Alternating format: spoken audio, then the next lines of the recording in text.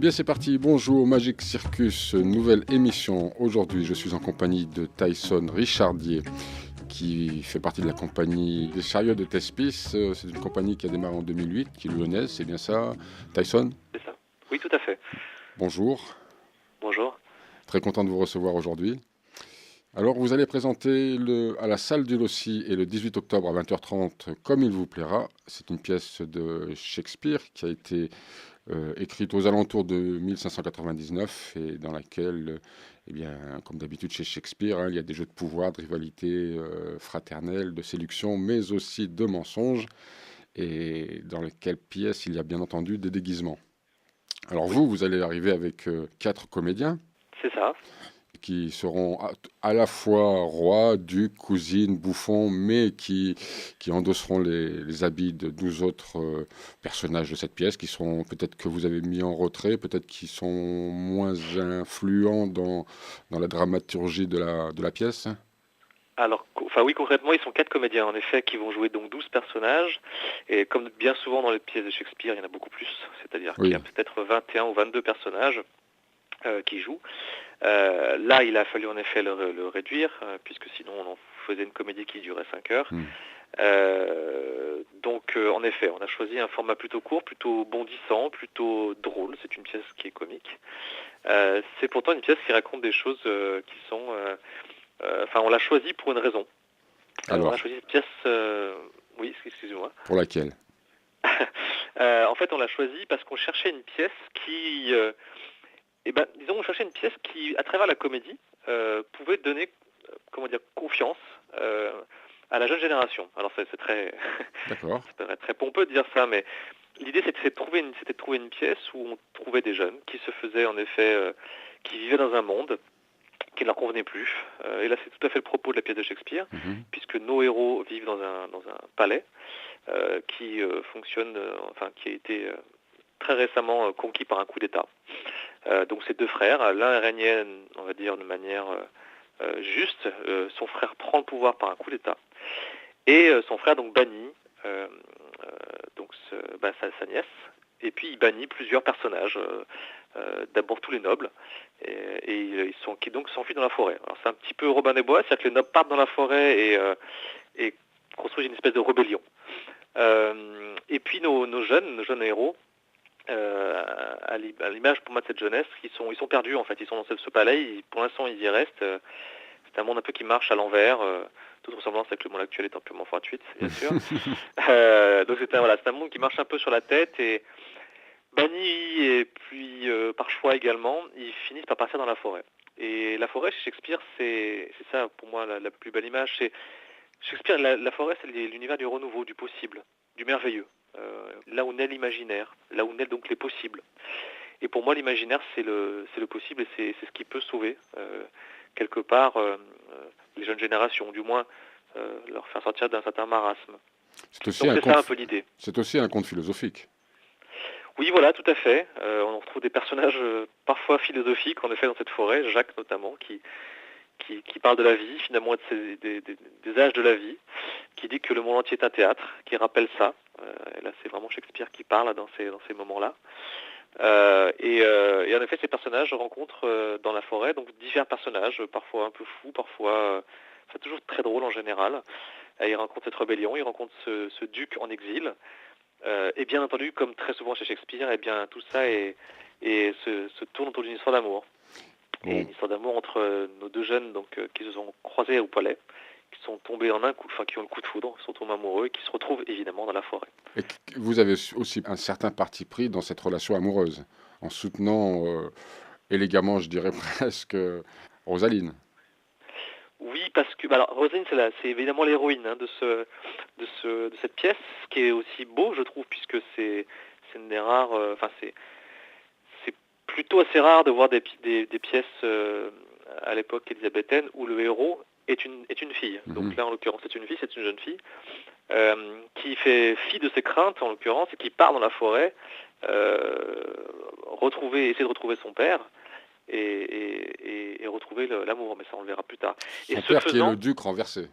exactement, son père étant le duc renversé, puisque c'est son oncle, hein, donc son frère, le frère du duc renversé, qui a pris le pouvoir. Le roi Donc, Frédéric. Voilà, le roi Frédéric. Donc le roi Frédéric a le pouvoir, il a eu pris le pouvoir par un coup d'État, il a banni son frère, et donc c'est évidemment le père de Rosaline. Donc Rosaline part dans la forêt, et pour pas se faire agresser, parce que tout de même, à cette époque-là, c'était pas commun pour une Mhm. jeune noble de partir dans la forêt, elle se déguise en homme. Et c'est là où voilà, se joue la comédie, puisque évidemment, travesti en homme, il ne se passe pas la même chose que quand on est en femme. Du coup, bien sûr, elle tombe sur son amoureux du palais, mais celui-ci ne la reconnaît pas, étant donné qu'elle est déguisée en homme. Mhm. Elle lui fait du coup, alors sans trop vous en dire, mais elle est folle amoureuse de lui, donc elle lui fait une cour mémorable sans se départir de ses habits d'homme.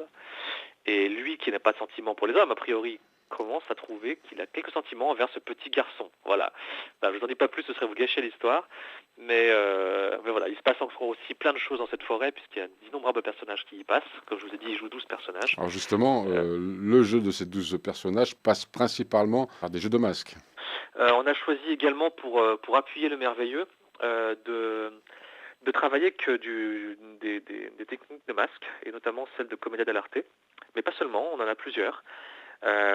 Donc la comédia, ça permet de faire exprimer les corps encore plus, plutôt que de faire exprimer seulement les visages, et donc un jeu réaliste. Mhm. Ça sert à la fois le comique, ça sert à la fois le merveilleux, parce que vous le verrez dans la forêt, il y a plusieurs personnages. Ces personnages sont voilà, je ne vais pas trop vous en dire non plus, mais ce sont divers personnalités, on va dire. Et les masques nous aident beaucoup justement à creuser ces personnalités et à faire à ce que Les sentiments. l'univers, voilà, les sentiments, et même de manière générale le jeu soit complètement teinté du masque. Mhm. Et ça, c'est très fort dans toute la pièce. Et bien sûr, vous n'avez pas du tout omis la petite note musicale qui tient les nœuds dramatiques aussi bien que les nœuds comiques. Oui, voilà, absolument. Alors, pour la petite histoire, c'est assez rigolo parce qu'on voulait à l'origine, nous, une bande son. Donc on a un ami musicien qui travaille souvent avec nous, qui nous a dit que ça l'intéressait éventuellement. Donc on a dit, ben écoute, viens, on va travailler avec toi. Si tu veux bien, on va composer la musique, tu regardes la pièce, et puis tu composes en même temps, si tu veux, tranquillement à côté. Puis à la fin, on aura une bande son qu'on passera. Mhm. Et il a commencé à jouer, et au bout de 3 notes, c'était fichu, quoi. Il fallait qu'il soit avec nous sur scène, parce que c'était tellement envoûtant d'avoir ce violoncelle, puis c'est un violoncelliste, hein, en live sur une scène qui accompagne les comédiens.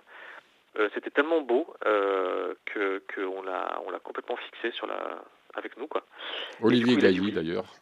Tout à fait, qui a fait CNSMD de Lyon, et il a vraiment beaucoup de talent. Il a composé avec brio toutes ces pièces. Alors à la fois, ce sont des morceaux qui accompagnent, qui illustrent, mais à la fois, ce sont une musique qui est très organique, qui vraiment est reliée aux personnages et à leur situation.